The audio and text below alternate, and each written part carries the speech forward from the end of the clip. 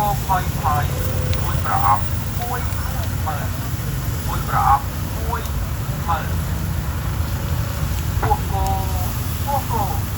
ពួកគោស្រែពួកគោចំហុយទឹកដូងពួកគោទឹកប្រហុកពួកគោផុយផុយ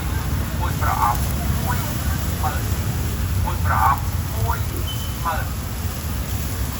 ពួកគោពួកគោពួកគោស្រែពួកគោចំហុយទឹកដូងពួកគោទឹកប្រហុកពួកគោផុយផុយមួយប្រអប់